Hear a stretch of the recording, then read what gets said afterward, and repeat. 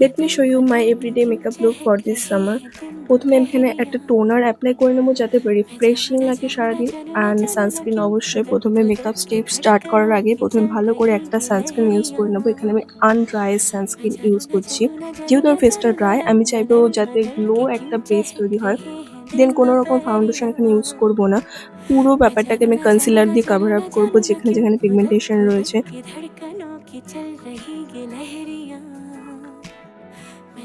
পুরো ফেসটাকে আমি সেট করে নেবো একটা ফেস পাউডারের সাহায্যে। সাথে অ্যাপ্লাই করে নিয়েছি হালকা একটু ব্লাশ। পুরো মেকআপটাকে সেট করে নেবো একটা ফিক্সিং স্প্রে দিয়ে। আইব্রোটা ফিল আপ করবো না, একটা স্পুলি দিয়ে ভালো করে কোম করে নেবো। এতে একটা ন্যাচারাল ডিফারেন্স তোমরা দেখতে পারবে। এভরিডে মেকআপের জন্য প্রথমে আইব্রো সেট করার কোনো প্রয়োজন নেই। কোনো কাজল আইলাইনার কোনো কিছু ইউজ করবো না।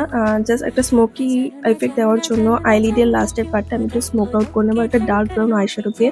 এতে একটা বিগ ডিফারেন্স তোমাদের আইসে তোমরা বুঝতে পারবে।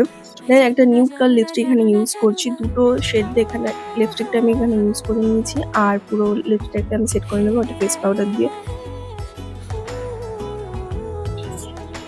এভরিডে মেকআপের জন্য তোমরা এই স্টেপগুলো ফলো করে মেকআপটা ক্রিয়েট করতে পারো, তাতে সারাদিন তোমাদের মেকআপটা স্টেও করবে অ্যান্ড সোয়েট প্রুফ থাকবে।